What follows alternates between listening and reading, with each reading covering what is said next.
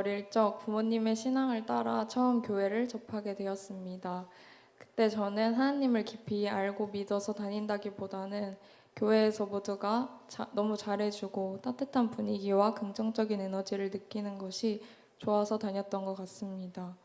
그러다 자연스럽게 신앙이 조금씩 자라 할머니의 손을 잡고 새벽 예배도 따라가며 교회는 참 좋은 곳이라는 마음을 품게 되었습니다. 하지만 코로나로 인해 교회에 잘 나가지 않게 되며 연약했던 믿음이 무너지기 시작했고 교회에서 멀어지게 되었습니다. 그 이후로는 하나님을 거의 생각조차 하지 않은 채 집안에 어려움이 와도 삶에 힘든 순간이 닥쳐도 오직 제 힘과 부모님의 능력만 의지하며 살아가려 했습니다. 그러던 어느 순간 이유를 설명하기 어려운 마음이 제 안에 찾아왔습니다. 다시 교회에 가보고 싶다라는 마음이 들었고 그 작은 마음을 따라 교회에 다시 나오게 되었습니다. 저는 이것이 절대 우연이라고 생각하지 않습니다. 저를 다시 불러주신 주님의 은혜임을 고백합니다. 입교 교육을 받으며 여러 질문이 제 마음에 남았습니다. 내가 입교를 받는 이유는 무엇일까? 믿음이 약해진 가정 속에서 나 혼자 열심히 신앙생활하는 것이 의미가 있을까? 하지만 그 모든 과정에 분명 하나님의 뜻이 있을 것이라 믿습니다. 저를 먼저 된 예배자로 세워주신 하나님께 감사합니다. 이제 저는 입교를 통해 믿음을 고백하며 교회를 단순한 습관이나 형식으로 오가는 것이 아니라 진심으로 하나님을 바라보며 살아가고자 합니다. 지금 부족하지만 저를 만나는 사람들이 하나님을 궁금해할 만큼 좋은 영향력을 전하는 하나님의 자녀가 되겠습니다. 감사합니다.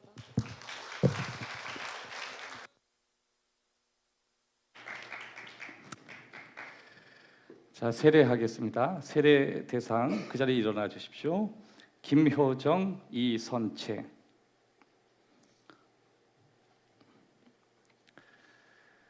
자, 오른손을 선서처럼 올려주세요. 여러분은 하나님 앞에 죄인인 것과 그 진노를 면치 못할 줄 알고 그의 크신 자비하심으로 구원받는 것 외에 소망이 없는 줄을 믿기로 서약하십니까? 여러분은 그리스도께서 하나님의 아들 되심과 죄인의 구주 되심인 줄 믿으며 구원하실 이는 오직 예수뿐인 걸 믿고 예수님만 의지하기로 서약하십니까? 여러분은 성령의 은혜만 의지하며 그리스도를 믿고 따르는 자가 되고 모든 죄악을 버리고 그의 가르침과 본을 따라 살기로 서약하십니까? 여러분은 교회의 관할과 치리에 복종하고 교회의 덕과 화평을 이루는 일을 힘쓰며 교인들의 의무와 권리를 바르게 행사하기로 서약하십니까? 자, 한 사람씩 나오겠습니다. 김효정.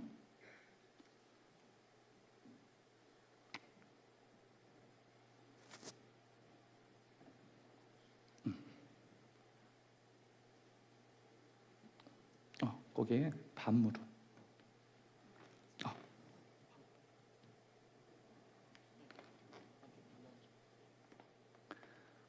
내가 예수 그리스도의 자녀가 된 예수 그리스도에서 하나님의 자녀가 된 김효정에게 성부와 성자와 성령의 이름으로 세례를 주노라. 아멘. 자, 들어가십시오. 이선채 앞으로 나와요.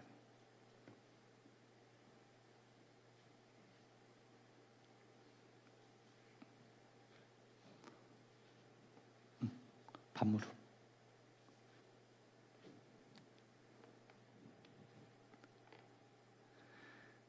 내가 예수 그리스도를 통해서 하나님의 자녀가 된 이선채에게 성부와 성자와 성령의 이름으로 세례를 주노라. 아멘. 들어가 주십시오. 세례자를 대표해서 김효정 우리 나오셔서 간증해 주시겠습니다.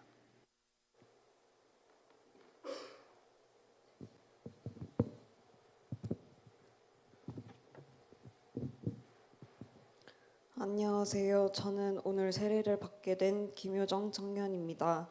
저는 과거에 늘 불만과 불평이 가득한 부정적인 사람이었습니다.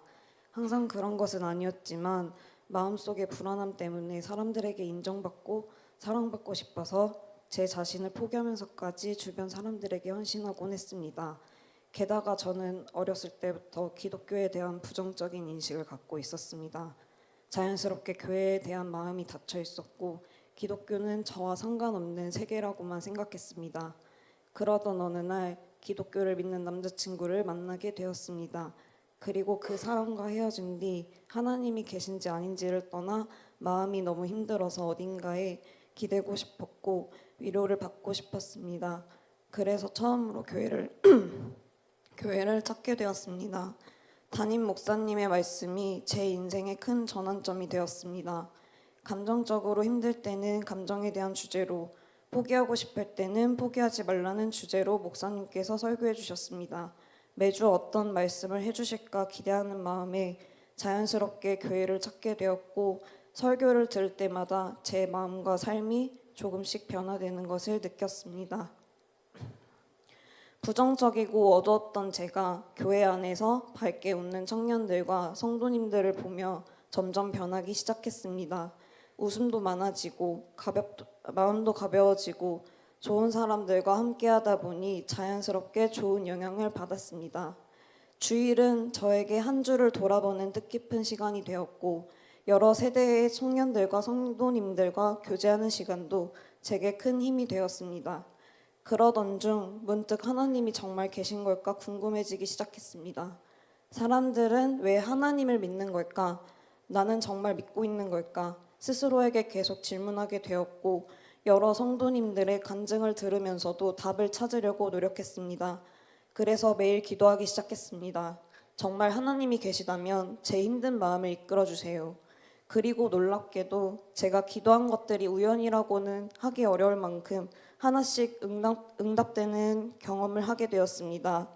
처음에는 그저 신기하고 기적 같았지만 점점 하나님의 존재를 마음 깊이 믿게 되었고 그분을 의지하게 되었습니다. 그러면서 제 삶의 가치관과 생각도 완전히 달라졌습니다. 짧은 시간이었지만 성경 읽기와 작은 사역에도 열심히 참여하며 그리스도의 길을 걷고 있다는 걸 깨닫게 되었습니다. 제가 세례를 받고 싶은 이유는 옛사람을 벗고 새 사람으로 거듭나는 진정한 그리스도인이 되고 싶기 때문입니다. 이제는 제 삶을 하나님께 맡기고 의지하며 살고 싶습니다. 그리고 그 사실을 오늘 세례를 통해 분명하게 고백하고 싶습니다.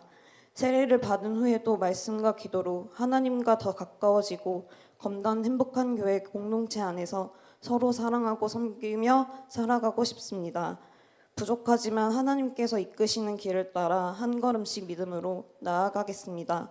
이 자리에 함께해 주신 모든 분들께 감사드리며 모든 영광을 하나님께 올려드립니다. 감사합니다.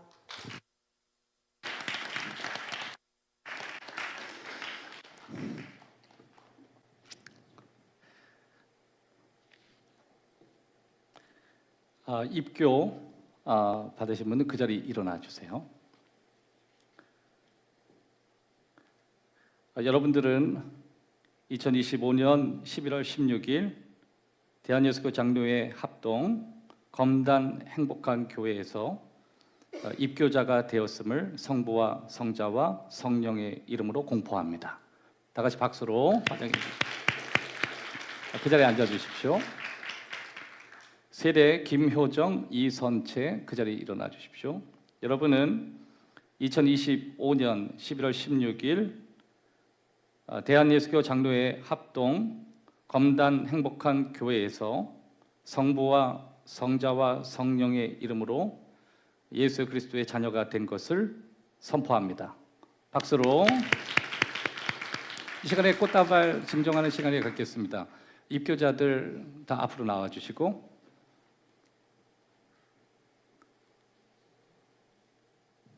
네, 입교자들 먼저 나와 주시고 자, 세례자들을 그 다음에 할까요? 같이 세례자들 앞으로 나와 주세요. 자, 이쪽.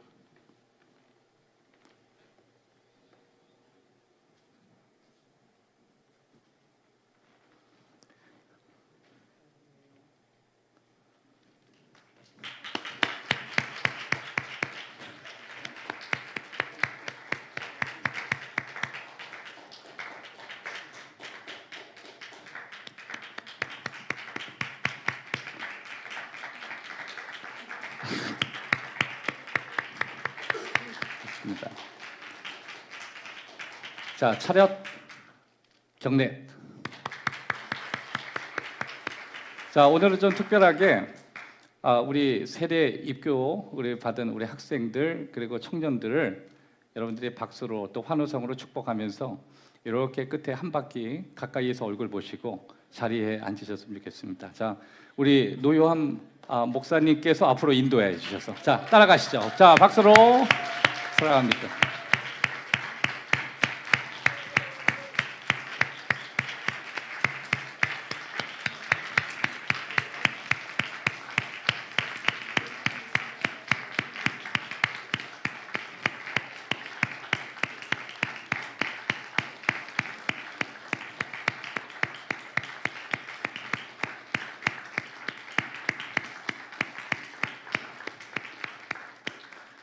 자, 우리 다 같이 오른손을 높이 들고 신앙의 고백을 하겠습니다. 전능하사 천지를 만드신 하나님 아버지를 내가 믿사오며 그 외아들 우리 주 예수 그리스도를 믿사오니 이는 성령으로 잉태하사 동정녀 마리아에게 낳으시고 본디오 빌라도에게 고난을 받으사 십자가에 못 박혀 죽으시고 장사하지 사흘 만에 죽은 자 가운데서 다시 살아나시며 하늘에 오르사 전능하신 하나님 우편에 앉아 계시다가 저리로서 산자와 죽은 자를 심판하러 오시리라.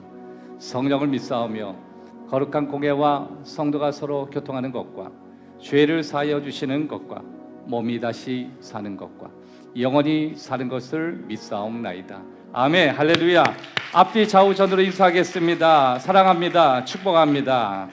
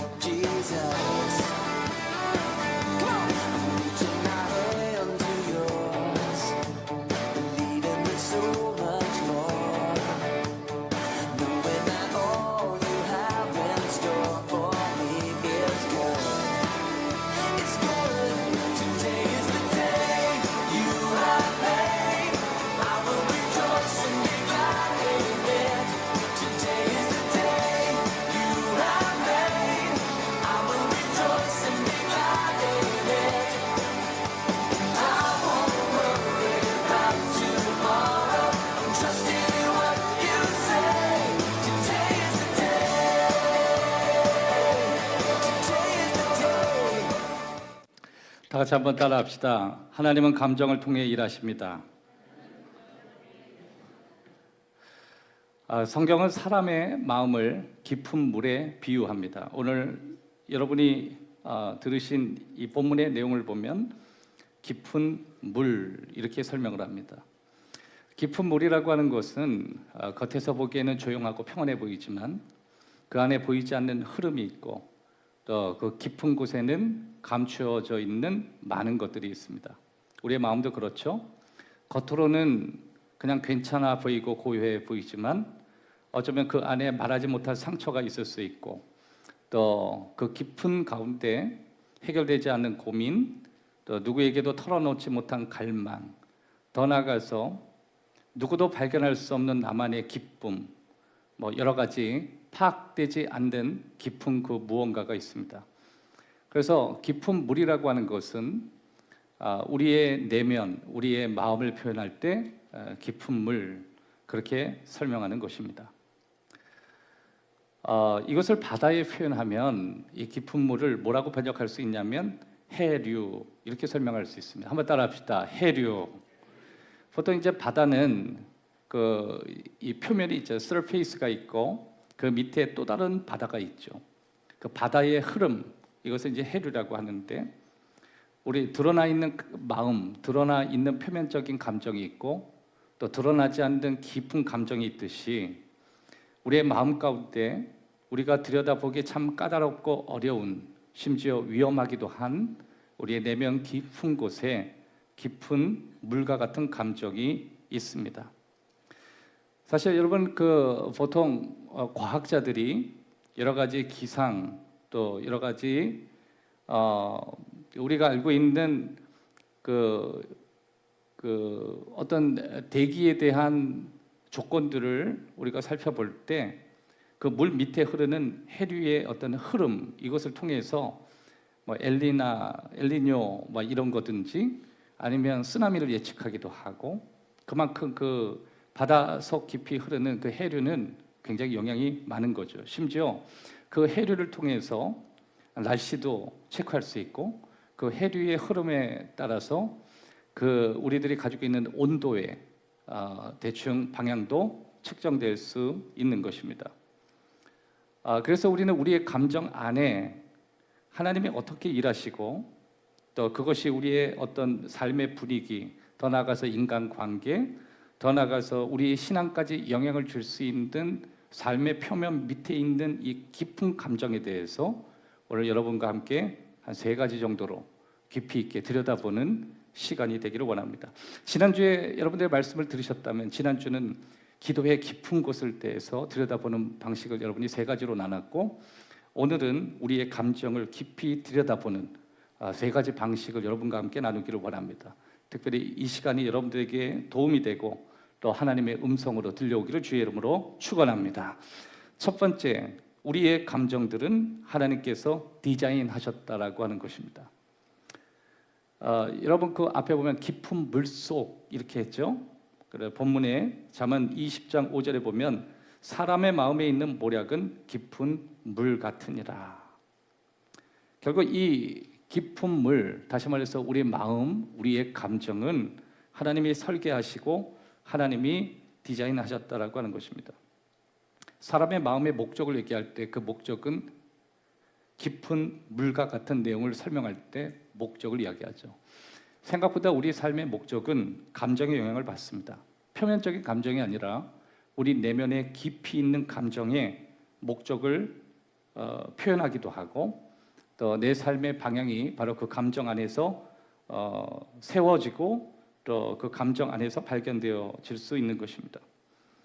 근데 많은 사람들 특별히 그 감정에 하나님 주시는 깊은 목적들을 발견하기에 앞서 그것을 이렇게 이끌어내고 그것을 내 삶의 유익을 위해서 끌어내야 되는데 누구나 끌어낼 수 있는 게 아니라 통찰력 있는 사람이 그것을 끌어낼 수 있는 것입니다. 그래서 통찰력과 이해는 우리에게 특별히 필요한 것이고 감정을 깊이 들여다보기 위해서 우리들에게 중요한 것입니다.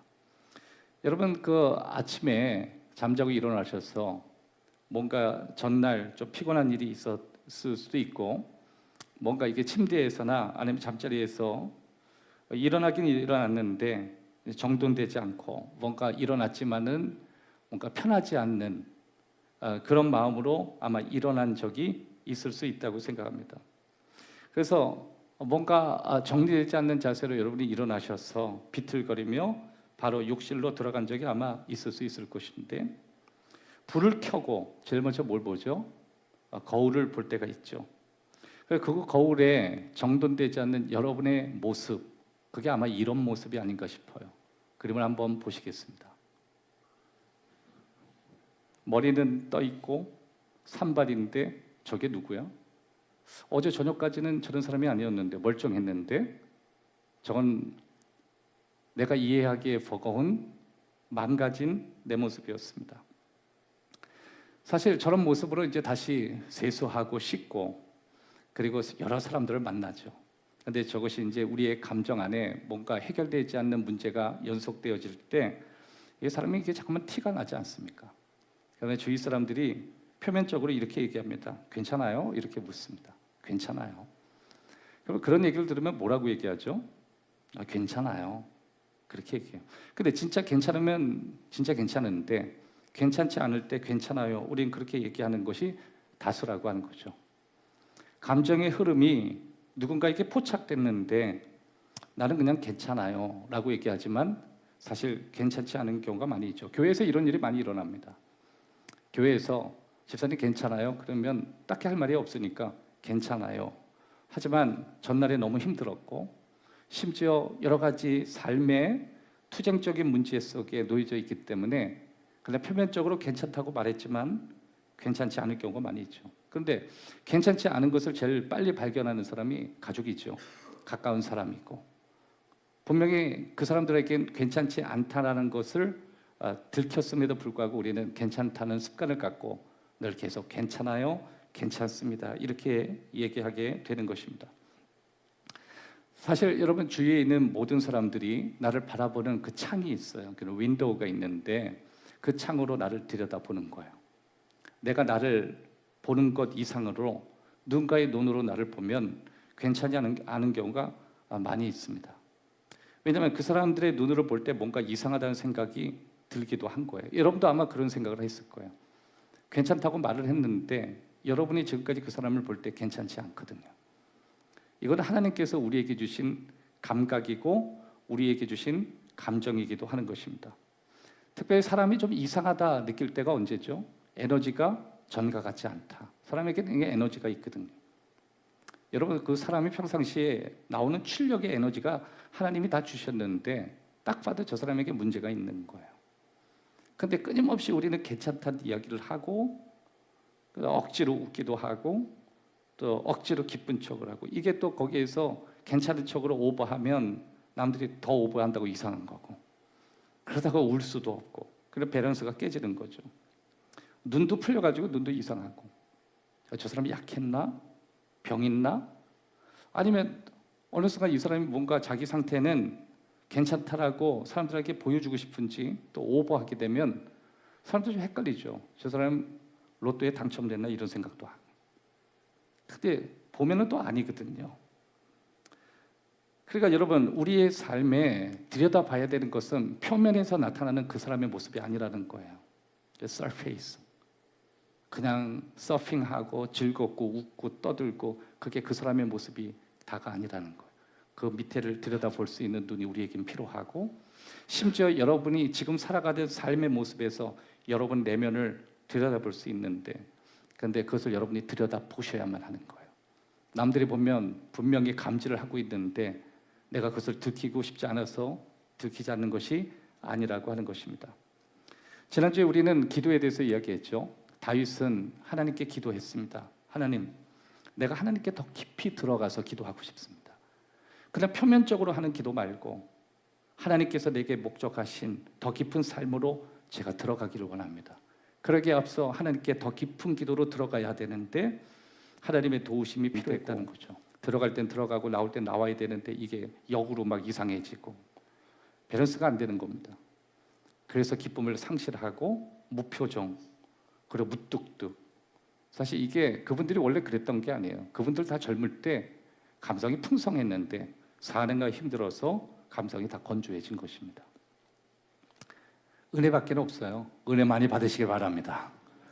누가 여러분을 웃겨주겠어요? 하나님 말씀밖에 없어요. 그리고 말씀을 통해서 가끔 제가 여러분 웃겨드립니다. 굉장히 고통스러워요. 뭐 웃기는 말을 해도 웃어야 말이지. 오히려 여러분 설교를 하고 웃기는 얘기 밑에다 써놓습니다. 성도들이 웃는다. 그런데 설교를 했는데 성도들이 인상 쓰고 있는 거예요.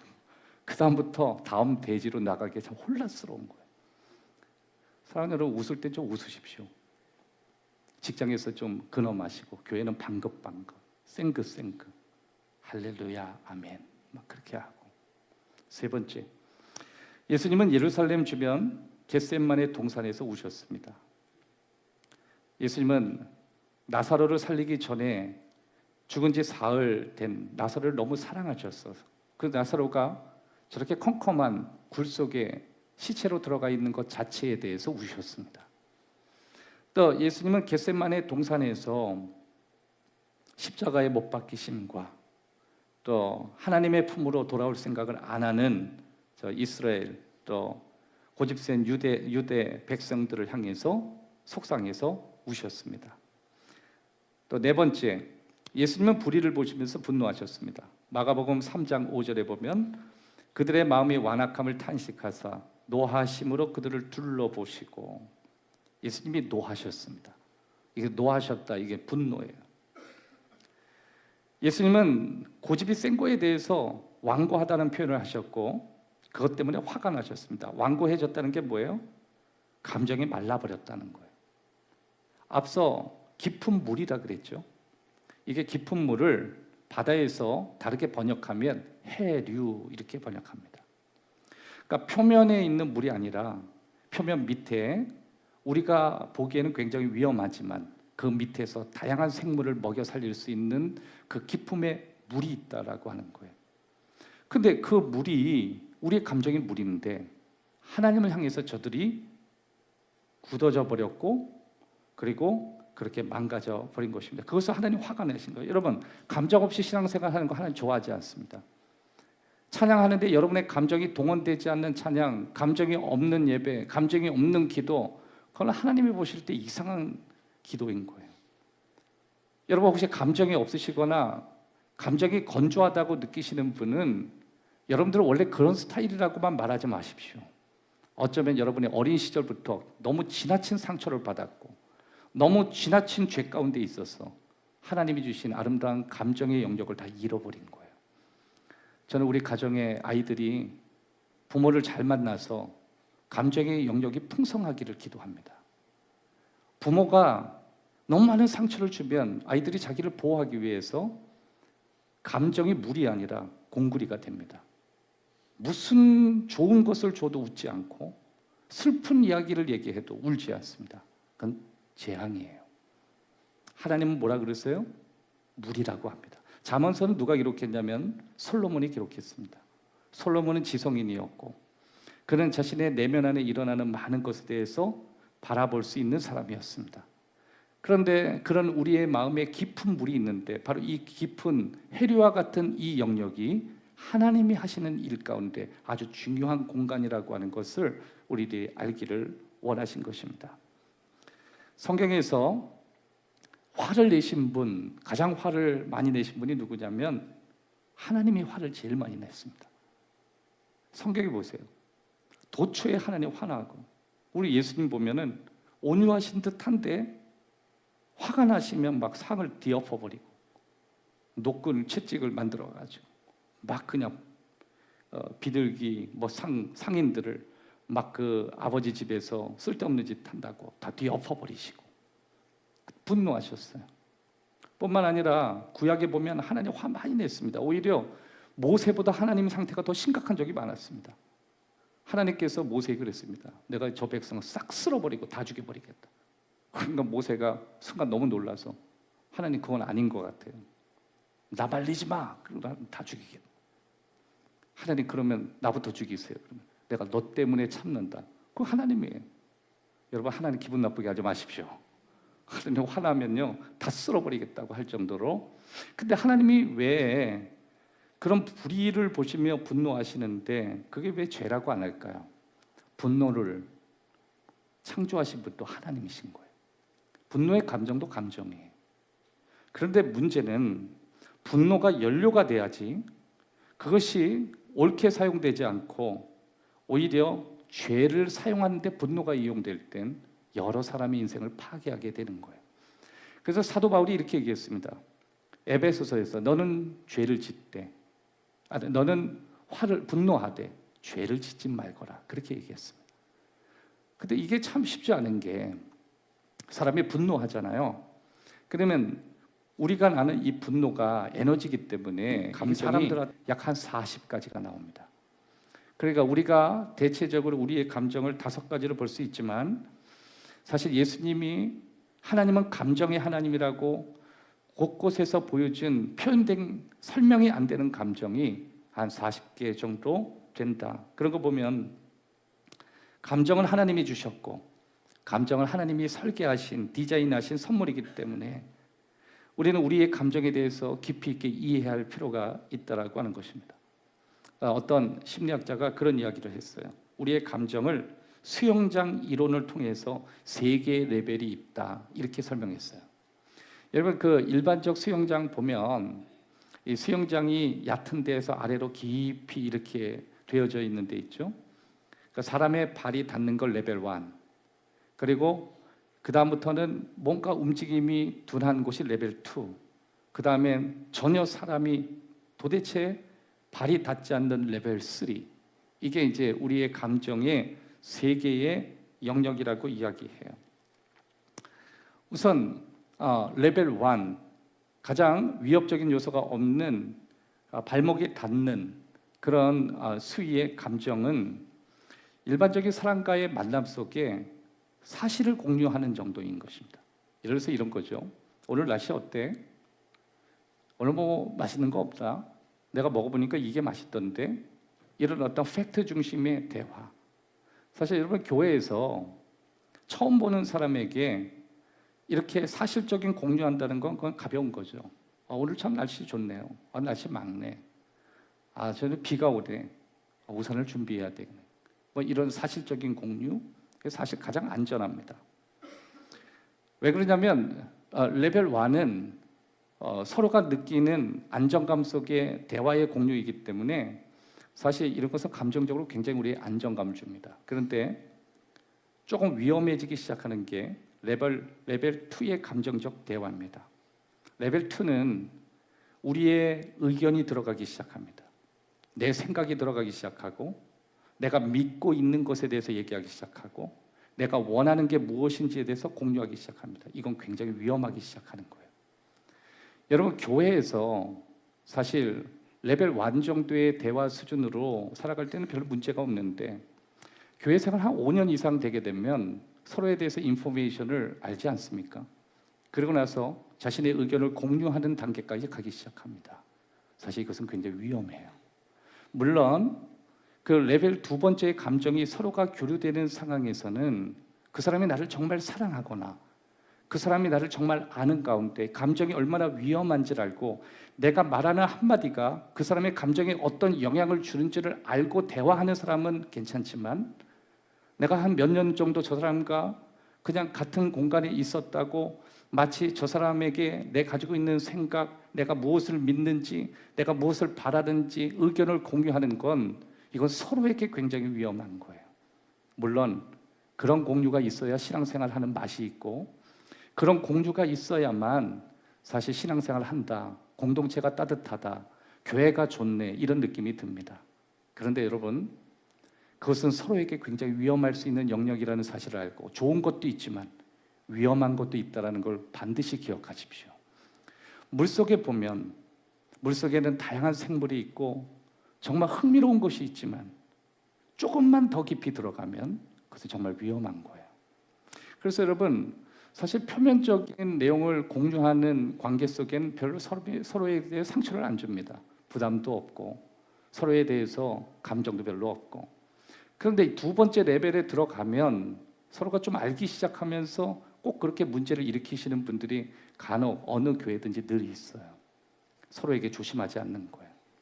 그리고 자기 생각, 자기 느낌, 알고 싶지도 않은 이야기를 막 퍼대서 퍼날르는 사람들이 우리 주위에 많이 있는 것입니다. 그래서 여러분 내가 바라는 것, 내가 원하는 것, 저 사람에게 기대하는 것 그것을 그런 폭력과 같이 이야기하는 거예요. 저는 정말 그런 사람 너무 싫습니다. 자기가 무엇을 안다고 자꾸만 그 사람에게 자기의 생각을 이야기하고 주입시키는지. 여러분 언제나 교회에서 그런 분들 조심하십시오. 서로가 여러분 영혼을 잘 지키시고 심으로 말미암아 내가 여전히 찬송하리로다. 여기서 불안해하는가 질문이에요. 내가 왜 이런 감정이 요새 들지? 도대체 이 감정을 통해서 내가 얻는 게 뭘까? 내가 이 감정을 통해서 내 행동이 어떻게 변하고 있을까? 여러분 계속 질문하셔야 돼요. 여러분의 감정을 그대로 믿지 마십시오. 우리는 죄인이에요.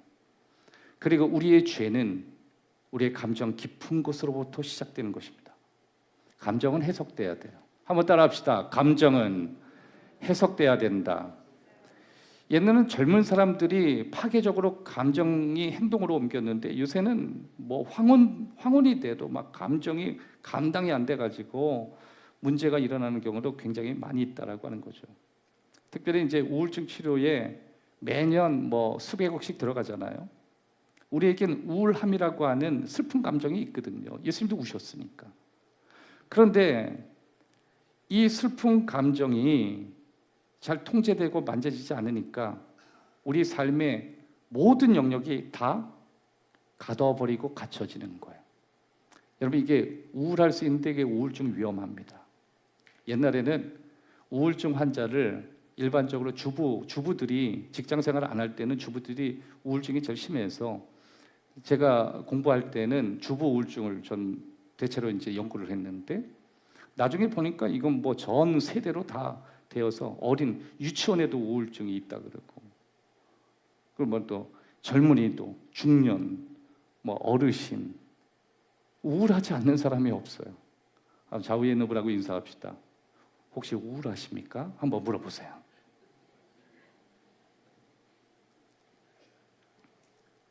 이게 집에만 있으면 이게 우울합니다.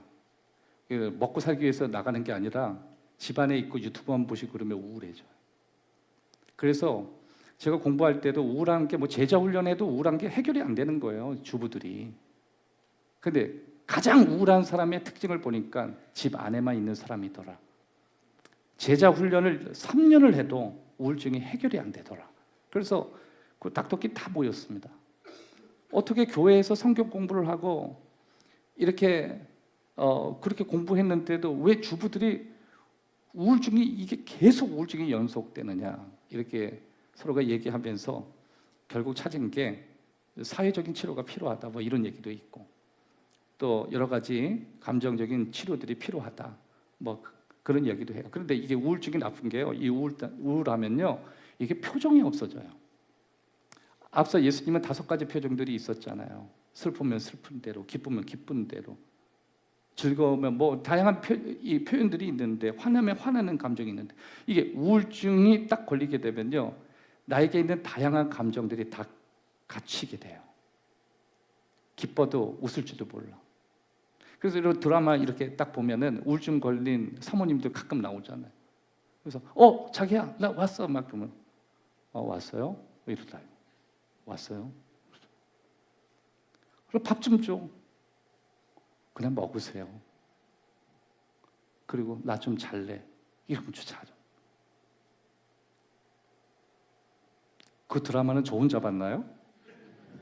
다 보셨잖아. 여성분들이 우울하면요, 뭐 좋은 걸 먹어도 웃지도 않고요, 슬퍼도 울지도 않고 그냥 사람이 마루타가 되는 거예요. 건조해지는 거예요. 하나님의 은혜를 받으면 찬양할 때 막 울기도 하고 웃기도 하고 또 내 모습에 대고 막 화도 나기도 하고 하나님이 주신 거예요. 회복되시기를 바랍니다. 또 한 가지는 항복하는 거예요. 기도의 핵심은 항복이거든요. 빌립보서 4장 6절 7절 아무것도 염려하지 말고 다만 모든 일에 기도와 간구로 너희 구할 것을 감사함으로 하나님께 아뢰라. 그리하면 모든 지각에 뛰어난 하나님 평강이 내 마음과 생각을 지키시리라.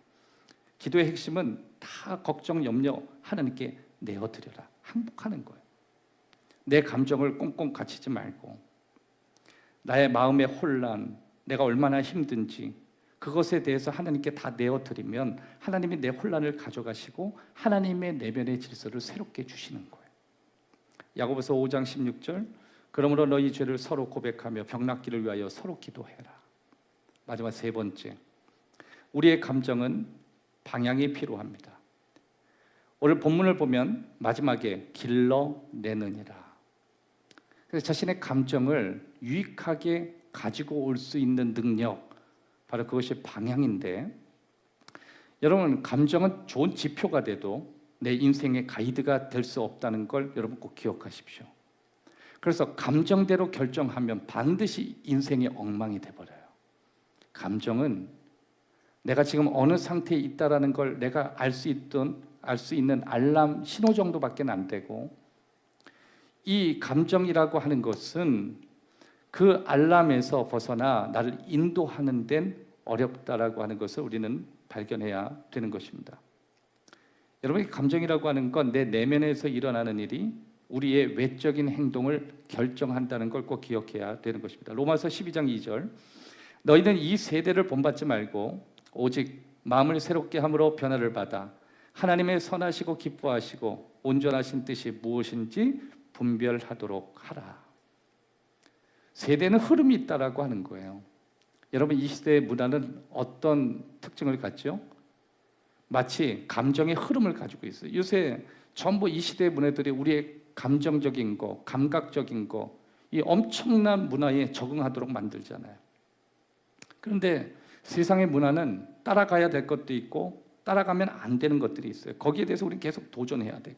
하나님께 향하고. 그리고 우리가 가지고 있는 생각을 사로잡고 하나님으로 인도해야만 우리의 감정이 건강해질 수 있는데, 사실 우리는 주변 문화들을 보면 전부 우리의 감정들이 얕은 곳에만 만족하도록 우리를 이끌어 주는 것입니다. 그런데 하나님을 잘 믿고 우리가 잘 훈련되면, 사실 바다도 그렇지 않아요? 바다도 많이 훈련되면 그 깊은데 엄청난 것들을 다 볼 수 있잖아요. 그래서 옛날 어르신들이요, 뭔가 하기 전에 멈추는 훈련을 아주 잘했습니다. 저도 이렇게 보면 제가 말이 없는 사람이 아닌데, 설교가 말하는 직군이기 때문에 말이 많은 사람인데, 뭔가 말하면 끊는 훈련이 되니까 말이 별로 없게 돼요. 뭐 누군가에게 할 말이 있어도 그냥 말을 잠시 멈추면 말을 안 하게 되고, 전반적으로 제가 이렇게 보니까 말을 많이 하는 위치에 있는데 개인적으로 말을 별로 안 하는 위치에 또 서 있는 것 같아요. 남들이 볼 때는 목사님이 나에게 관심이 전혀 없나라고 느낄 정도로 말을 잘 안 해요. 그게 왜 그런가 보니까 우리 가정에서도 그래요.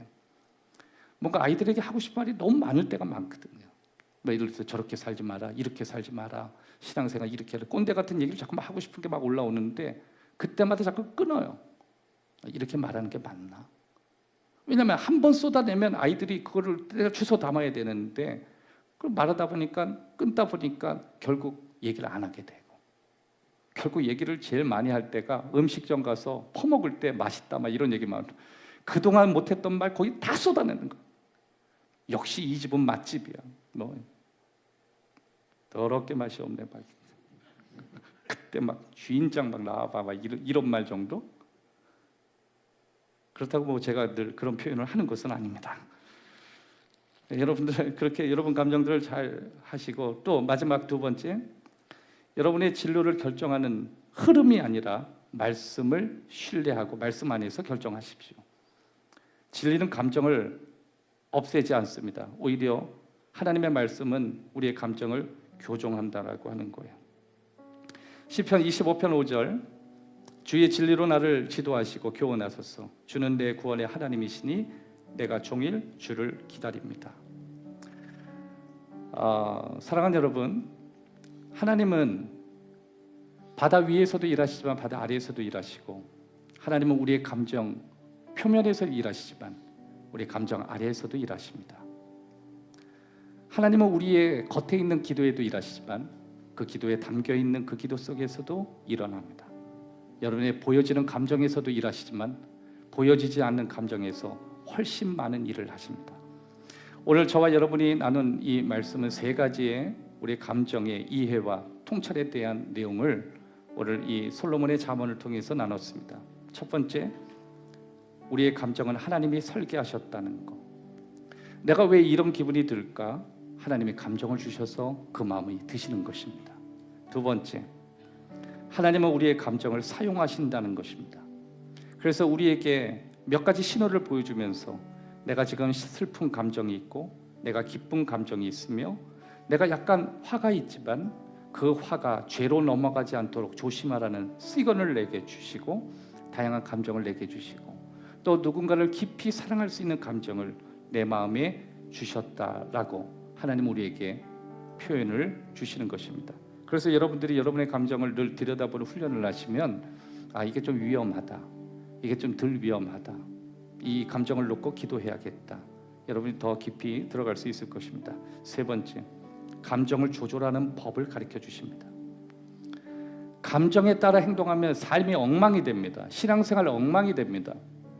여러분, 수많은 사람들이 감정으로 판단하고 감정으로 예배드리고 감정으로 기도하고 표면적인 감정으로 신앙생활 했다가 자신의 신앙생활을 다 태워버리고 다 수장시켜버립니다. 감정은 하나님이 이끄시는 방식이 돼야 되지만 그 감정을 잘 이해하고 그것을 지혜롭게 가져올 때 저와 여러분의 삶에 지금보다 훨씬 더 풍요로운 축복과 은혜의 삶이 될 것입니다. 여러분에게 주의 은혜가 있기를 주의 이름으로 축원합니다. 이 시간에 기도하겠습니다. 살아계신 아버지 하나님, 우리의 감정을 다스리시고 우리를 통치하시는 주님을 찬양합니다. 우리 가운데 일하시고 우리와 함께 하시며 우리의 힘이 되시고 우리의 능력이 되신 주님을 찬양합니다. 때로는 우리의 감정, 하나님 내가 알 수 없고 또 그 감정조차 들여다보는 것이 두렵지만, 그러나 우리의 감정을 살피시며 또 우리를 가장 건강하고 행복하게 이끄실 감정의 창조자 되신 하나님을 믿게 하시며, 감정에 이끌리는 것이 아니라 감정을 하나님의 말씀으로 통제하며 그 감정 안에서 건강하고 축복된